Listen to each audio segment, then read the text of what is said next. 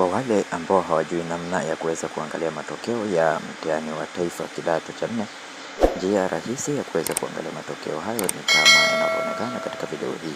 Hatua ya kwanza kabisa, nenda kwenye simu yako, sehemu ya search, andika neno NECTA na utaweza kuiona website hii ya NECTA hapo. Kwa unachotakiwa kufanya ni kuigusa website hii au kuiclick na kuweza kuifungua namna hii.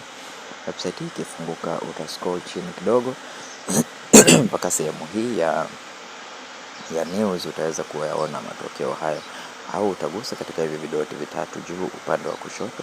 Baada ya hapo utagusa kwenye result pale, then utakuja kwenye sehemu ya CSEE, utafungua namna hii. Utakapofungua, matokeo hayo yataonekana hapa. Matokeo haya yanatoka siku ya Jumamosi tarehe 31 saa 5 asubuhi.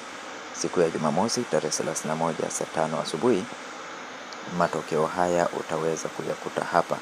Kwa hiyo utaigusa tu link ile ambayo utaikuta hapo na itaweza kufungulia moja kwa moja matokeo yote au matokeo ya shule zote Tanzania ambazo zilifanya mtihani huu wa kidato cha 4 2025. Utaweza kuyafungua namna hii, na hapa ni sehemu ambapo utachagua center au shule ambayo unataka kuangalia matokeo yake, na hapa wamekuwekea kwa alphabet. Kwa hiyo utaangalia alphabet ya shule yako au ya center yako ambayo unataka kuangalia matokeo yake.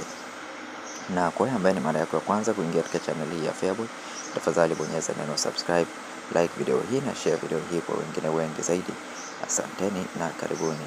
Lakini pia unaweza ukajiunga na grupu letu la WhatsApp kwa update mbalimbali kuhusu ajira, elimu pamoja na mbinu mbalimbali za kuweza kutengeneza pesa kupitia simu yako ya mkononi. Asante na karibu.